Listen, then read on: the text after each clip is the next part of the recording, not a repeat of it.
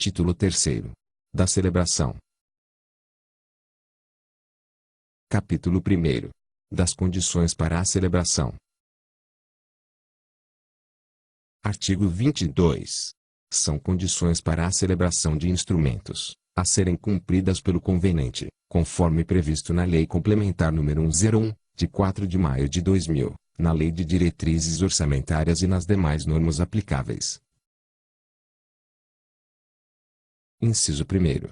Exercício da plena competência tributária, relativo à observância dos requisitos constantes do artigo 11 da Lei Complementar nº 101, de 2000, atestado na forma definida em normativo específico do órgão central de contabilidade da União editado nos termos do parágrafo 2º do artigo 48 da Lei Complementar nº 101, de 2000. Inciso 2º. Regularidade previdenciária, constituída pela observância dos critérios e das regras gerais para a organização e o funcionamento dos regimes próprios de previdência social dos servidores públicos, através da emissão do Certificado de Regularidade Previdenciária CRP, em atendimento ao disposto no artigo 7º da Lei nº 9.717, de 27 de novembro de 1998, e no Decreto nº 3.788, de 11 de abril de 2001, sendo válida no prazo e condições da respectiva certidão. Inciso 3º. Regularidade quanto a tributos federais, a contribuições previdenciárias e a dívida ativa da União, conforme dados da certidão negativa de débitos relativos a créditos tributários federais e a dívida ativa da União de que trata a Portaria PGFN, RFB número 1.751, de 2 de outubro de 2014, fornecida pelos sistemas da Secretaria da Receita Federal do Brasil RFB e da Procuradoria-Geral da Fazenda Nacional PGFN, em atendimento ao disposto na linha do inciso 4 do parágrafo 1º do artigo 25 da Lei Complementar nº 101, de 2000, no inciso 4 do artigo 27, no artigo 29 e no artigo 116, todos da Lei nº 8.666, de 1993, e no parágrafo 3º do artigo 195 da Constituição Federal, sendo válida a informação no prazo e condições da respectiva certidão.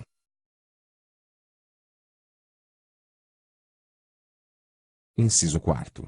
Regularidade perante o Poder Público Federal, conforme consulta ao Cadastro Informativo dos Créditos Não Quitados do Setor Público Federal CADIM, cuja verificação da existência de débitos perante os órgãos e entidades do Poder Público Federal atende o disposto no artigo 6º da Lei nº 10.522, de 2002, sendo sua comprovação verificada por meio da informação do cadastro mantido no Sistema de Informações do Banco Central do Brasil, SIS-Bacen, do Banco Central do Brasil Bacen, e de acordo com os procedimentos da referida lei. Inciso 5º. Regularidade quanto a contribuições para o Fundo de Garantia do Tempo de Serviço, FGTS, conforme dados do Certificado de Regularidade do Fundo de Garantia do Tempo de Serviço, CRF, FGTS, fornecido pelo Sistema de Controle da Caixa Econômica Federal, Caixa, cuja comprovação de regularidade, quanto ao depósito das parcelas devidas ao fundo, atende ao disposto nos artigos 29, inciso 4º, e 116 da Lei nº 8.666, de 1993, e artigo 25, inciso 4 da Lei Complementar nº 101, de 2000, sendo válida no prazo e condições do respectivo certificado. Inciso 6º. Regularidade quanto à prestação de contas de recursos federais recebidos anteriormente, mediante consulta. Alínea A. Ao Subsistema Transferências do Sistema de Administração Financeira do Governo Federal, CEF, da Secretaria do Tesouro Nacional, STN, para os instrumentos firmados sob a égide da Instrução Normativa STN número 1, de 15 de janeiro de 1997. Ao Subsistema Transferências do Sistema de Administração Financeira do Governo Federal, CEF, da Secretaria do Tesouro Nacional, STN, para os instrumentos firmados sob a égide da Instrução Normativa STN número 1, de 15 de janeiro de 1997. Alínea B. Ao SICOM para aqueles firmados sob a égide da Portaria Interministerial MP/MF/MCT número 127, de 2008, da Portaria Interministerial número 507/MP/MF/CGU, de 24 de novembro de 2011, e sob a égide desta Portaria. Inciso 7º. Regularidade em relação à adimplência financeira em empréstimos e financiamentos concedidos pela União, e administrados pela Secretaria do Tesouro Nacional, STN, em atendimento ao disposto no artigo 25, parágrafo 1º, inciso 4º, alínea A, da Lei Complementar nº 101, de 2000, comprovada mediante informação de adimplência prestada pela STN. Inciso 8º. Aplicação mínima de recursos na área da educação, em atendimento ao disposto no artigo 212, da Constituição Federal, e no artigo 25, parágrafo 1º, inciso 4º, alínea B, da Lei Complementar nº 101, de 2000, e que se constitui na aplicação anual, na manutenção e desenvolvimento do ensino, do percentual mínimo de 25% da receita resultante de impostos, compreendida proveniente de transferências, cujos dados do exercício encerrado devem ser fornecidos pelo ente federativo ao Fundo Nacional de Desenvolvimento da Educação, FNDE, para processamento pelo Sistema de Informações sobre Orçamentos Públicos em Educação, SIUP, comprovado por meio do seu extrato, com validade até a apresentação dos dados de um novo exercício, limitado à data de 30 de janeiro do exercício subsequente, ou, na impossibilidade de verificação por meio desse sistema, apresentação de certidão emitida pelo Tribunal de Contas competente, consoante disposto no artigo 23 do Decreto nº 6.253, de 13 de novembro de 2007. Inciso 9º. Aplicação mínima de recursos na área da saúde, em atendimento ao disposto no artigo 198, parágrafo 2º, da Constituição Federal, nos artigos 6º e 7º da Lei Complementar nº 141, de 13 de janeiro de 2012, e no artigo 25, parágrafo 1º, inciso 4º, alínea B, da Lei Complementar nº 101, de 2000, e que se constitui na aplicação anual, em ações e serviços públicos de saúde, dos percentuais mínimos da receita resultante de impostos, compreendida proveniente de transferências, cujos dados do exercício encerrado devem ser fornecidos pelo ente federativo ao Ministério da Saúde, MS, para processamento pelo Sistema de Informações sobre Orçamentos Públicos em Saúde, SIOPS, comprovado por meio do seu extrato, ou, na impossibilidade de verificação por meio desse sistema, apresentação de certidão emitida pelo Tribunal de Contas competente. Inciso 10. Revogado. Inciso 11.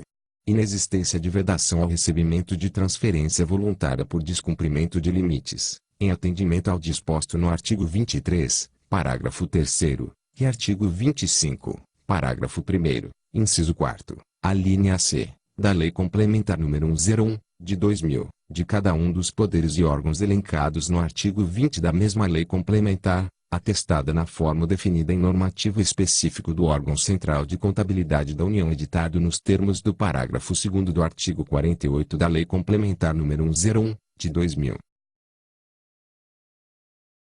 12. Inciso 13. Revogados. Inciso 14. Comprovação de que as despesas de caráter continuado derivadas do conjunto das parcerias público-privadas já contratadas no ano anterior limitam-se a 5% da receita corrente líquida do exercício e se as despesas anuais dos contratos vigentes nos 10 anos subsequentes limitam-se a 5% da receita corrente líquida projetada para os respectivos exercícios, conforme disposto no artigo 28, da Lei nº 1.079, de 30 de dezembro de 2004. Comprovado por meio de análise do anexo 17 do relatório resumido de execução orçamentária do sexto bimestre, de acordo com as orientações previstas no Manual de Demonstrativos Fiscais da Secretaria do Tesouro Nacional, enviado por meio do Sistema de Informações Contábeis e Fiscais do Setor Público Brasileiro, SICONF, ou sistema que vier a substituí-lo, ou por meio de declaração de irregularidade quanto aos limites estabelecidos na Lei nº 1.079, de 2004, do chefe do Executivo ou do secretário de Finanças juntamente com a remessa da declaração para o Tribunal de Contas competente por meio de recibo do protocolo, aviso de recebimento ou carta registrada com validade até 30 de janeiro do ano subsequente. Inciso 15. Comprovação da regularidade quanto ao pagamento de precatórios judiciais, comprovado por meio de certificado emitido pelo Cadastro de Inadimplentes do Conselho Nacional de Justiça. CEDIM, disponível na internet, ou por meio de certidão dos competentes Tribunal de Justiça, Tribunal Regional do Trabalho e Tribunal Regional Federal, ou, ainda, por meio de declaração de irregularidade quanto ao pagamento de precatórios judiciais do chefe do Executivo ou do secretário de Finanças juntamente com a remessa da declaração para os citados tribunais por meio de recibo do protocolo, aviso de recebimento ou carta registrada, devendo apontar-se o ente aderente ao regime de que trata o artigo 97, parágrafo 10, inciso 4º, alínea B, do ato das disposições constitucionais transitórias, qual a periodicidade de pagamento e a data do próximo vencimento. Inciso 16. Comprovação de divulgação da execução orçamentária e financeira por meio eletrônico de acesso ao público e de informações pormenorizadas relativas à receita e à despesa em atendimento ao disposto no artigo 73-C, da Lei Complementar nº 101, de 2000, comprovado por meio de declaração de cumprimento, com validade no mês da assinatura, juntamente com a remessa da declaração para o respectivo Tribunal de Contas por meio de recibo do protocolo, aviso de recebimento ou carta registrada. Inciso 17. Inexistência de situação de vedação ao recebimento de transferências voluntárias nos termos do artigo 33, combinado com o inciso I do parágrafo 3º do artigo 23, ambos da Lei Complementar nº 101, de 2000, comprovado por meio de declaração, com validade no mês da assinatura, de que não realizou operação de crédito enquadrada no parágrafo 1º do artigo 33 da Lei Complementar nº 101, de 2000, juntamente com o comprovante de remessa da declaração para o respectivo Tribunal de Contas por meio de recibo do protocolo, aviso de recebimento ou carta registrada. Inciso 18. Fornecimento da relação das empresas públicas e das sociedades de economia mista ao Registro Público de Empresas Mercantis e Atividades Afins de que trata o Decreto nº 1.800, de 30 de janeiro de 1996, consoante o prescrito no artigo 92 da Lei nº 13.303, de 30 de junho de 2016, comprovado por meio de declaração, com validade no mês da assinatura, juntamente com o comprovante de remessa da declaração para o respectivo Tribunal de Contas por meio de recibo do protocolo, aviso de recebimento ou carta registrada. Inciso 19. Disponibilização das informações e dados contábeis, orçamentários e fiscais conforme periodicidade, formato e sistema estabelecidos em normativo específico do órgão central de contabilidade da União, nos termos do parágrafo 2º do artigo 48 da Lei Complementar nº 101, de 2000, alterado pela Lei Complementar nº 156, de 2016, incluindo: Item 1. Relatórios de gestão fiscal, RGF. Item 2. Relatórios resumidos de execução orçamentária, REO. Item 3. Declarações das contas anuais, DCA. Item 4. Matrizes de saldos contábeis, MSC, E. Item 5. Atualizações e alterações posteriores de formato definido no referido ato normativo vigente. Inciso 20. Encaminhamento das informações necessárias para a constituição do registro eletrônico centralizado e atualizado das dívidas públicas interna e externa de que trata o parágrafo 4º do artigo 32 da Lei Complementar nº 101, de 2000, conforme termos e periodicidade definidos em instrução específica do Ministério da Fazenda, é. Inciso 21.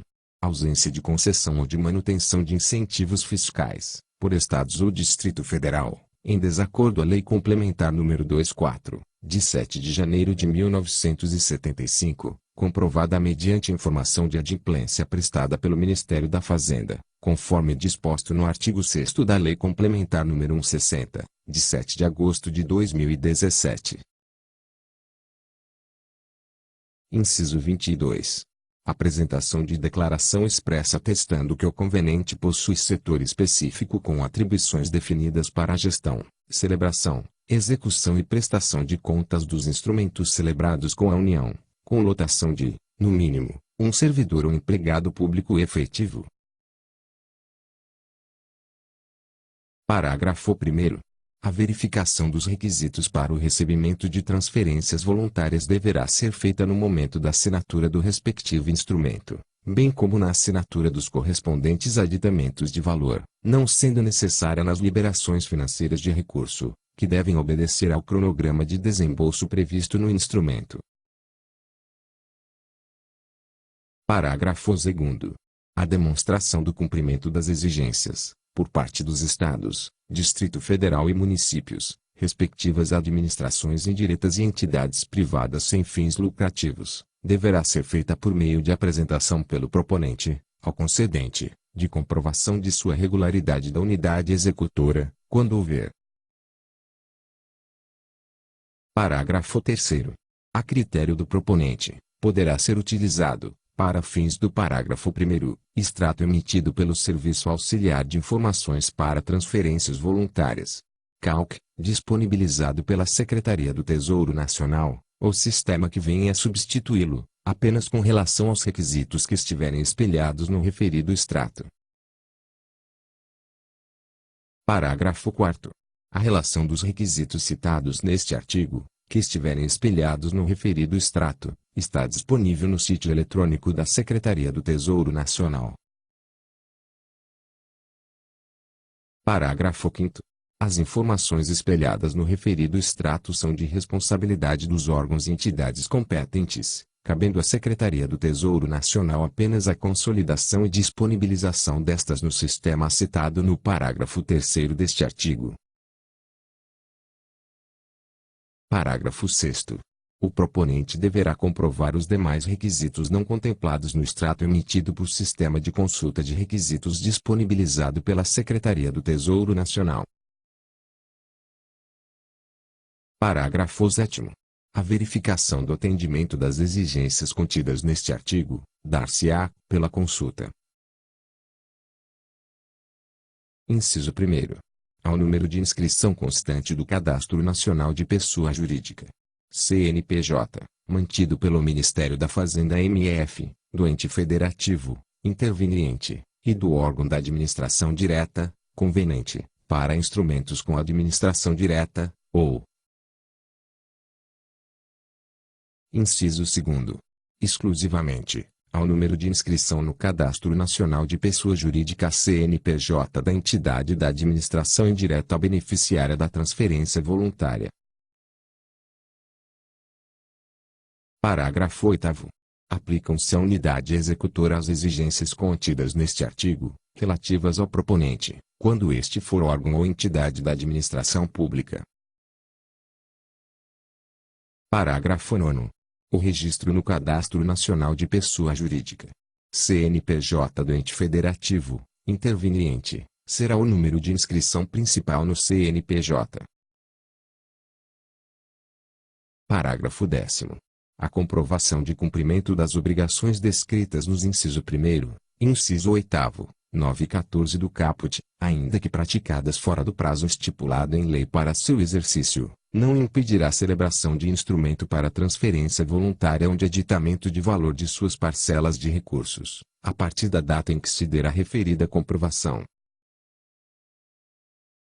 Parágrafo 1º. Aos instrumentos celebrados. Inciso 1º. Com a administração indireta, aplicam-se somente as exigências previstas nos inciso 3º, inciso 4º, inciso 5º, vi 7 do caput, Inciso 2º. Com entidades privadas sem fins lucrativos, aplicam-se somente as exigências previstas nos inciso 3º, inciso 4º, v e v do caput. Parágrafo 2º. Para fins da aplicação das sanções de suspensão de transferências voluntárias constantes da Lei Complementar nº 101, de 2000, excetuam-se aquelas relativas às ações de educação, saúde e assistência social. Parágrafo 3º. Fica suspensa a restrição para transferência de recursos federais a estados, Distrito Federal e municípios destinados à execução de ações sociais e ações em faixa de fronteira, em decorrência de inadimplementos objeto de registro no CADIM e no Sistema Integrado de Administração Financeira do Governo Federal. CEF. Parágrafo 1º. É condição para a celebração de instrumentos, a existência de dotação orçamentária específica no orçamento do concedente, a qual deverá ser evidenciada no instrumento, indicando-se a respectiva nota de empenho. Parágrafo 1º.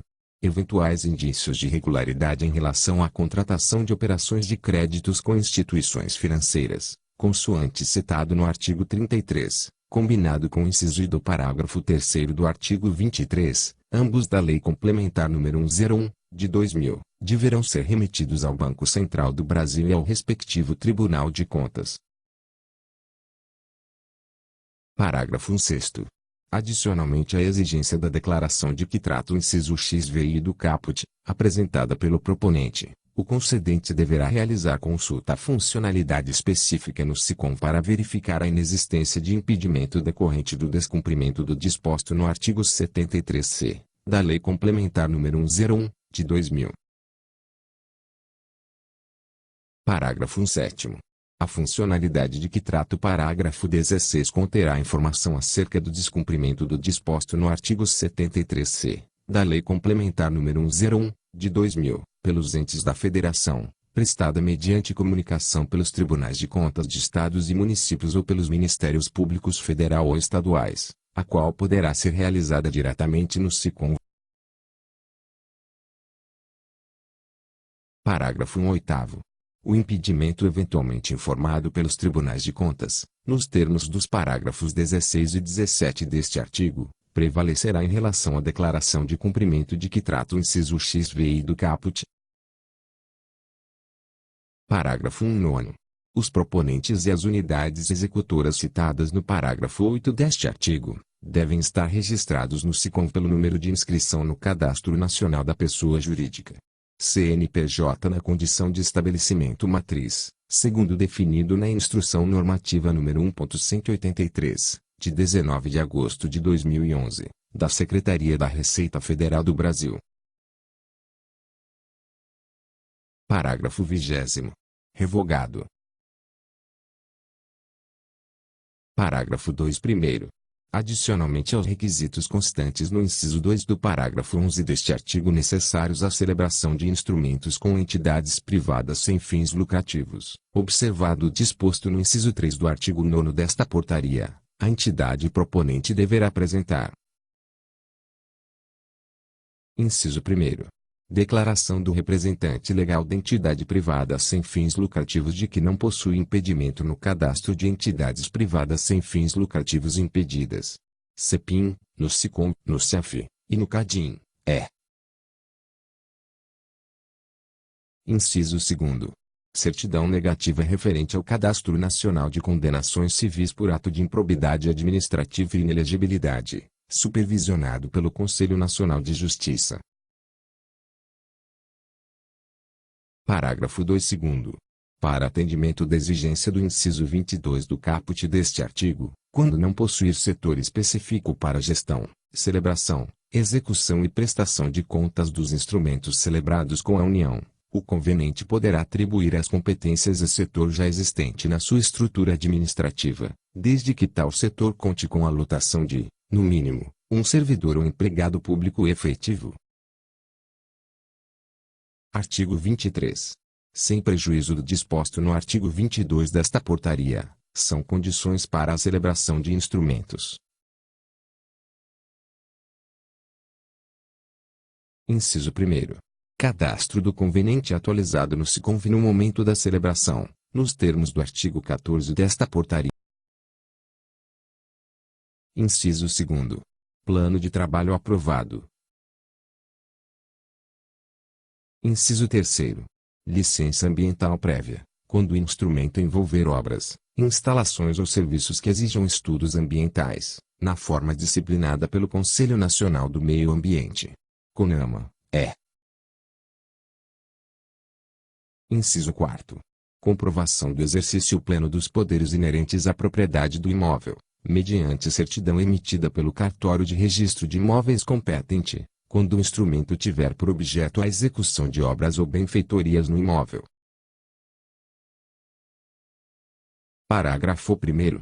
Poderá ser aceita, para a autorização de início do objeto ajustado, declaração do chefe do Poder Executivo, sob as penas do artigo 299 do Código Penal, de que o convenente é detentor da posse da área objeto da intervenção, quando se tratar de área pública, devendo a regularização formal da propriedade ser comprovada até o final da execução do objeto do instrumento. Parágrafo 2º. Alternativamente à certidão prevista no inciso 4 do caput, admite-se, por interesse público ou social, condicionadas à garantia subjacente de uso pelo prazo mínimo de 20 anos, o seguinte. Inciso 1º. Comprovação de ocupação regular de imóvel. Alínea A. Em área desapropriada por Estado, por município, pelo Distrito Federal ou pela União, com sentença transitada em julgado no processo de desapropriação. Alínea B. Em área devoluta. Alínea C. Recebido em doação. Item 1.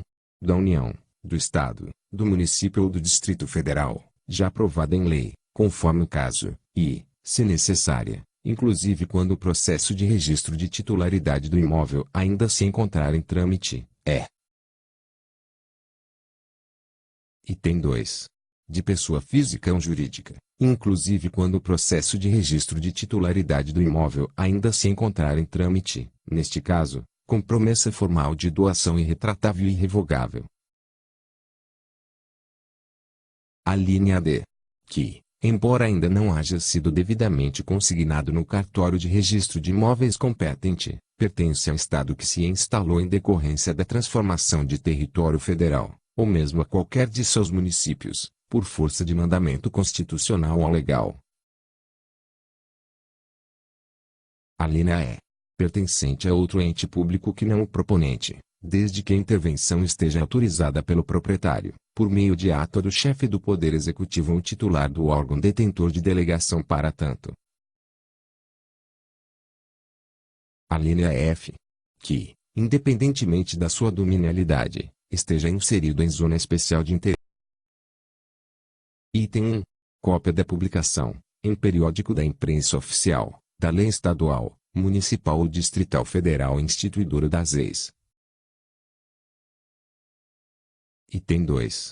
Demonstração de que o imóvel beneficiário do investimento encontra-se nas leis instituída pela lei referida no item 1 desta linha.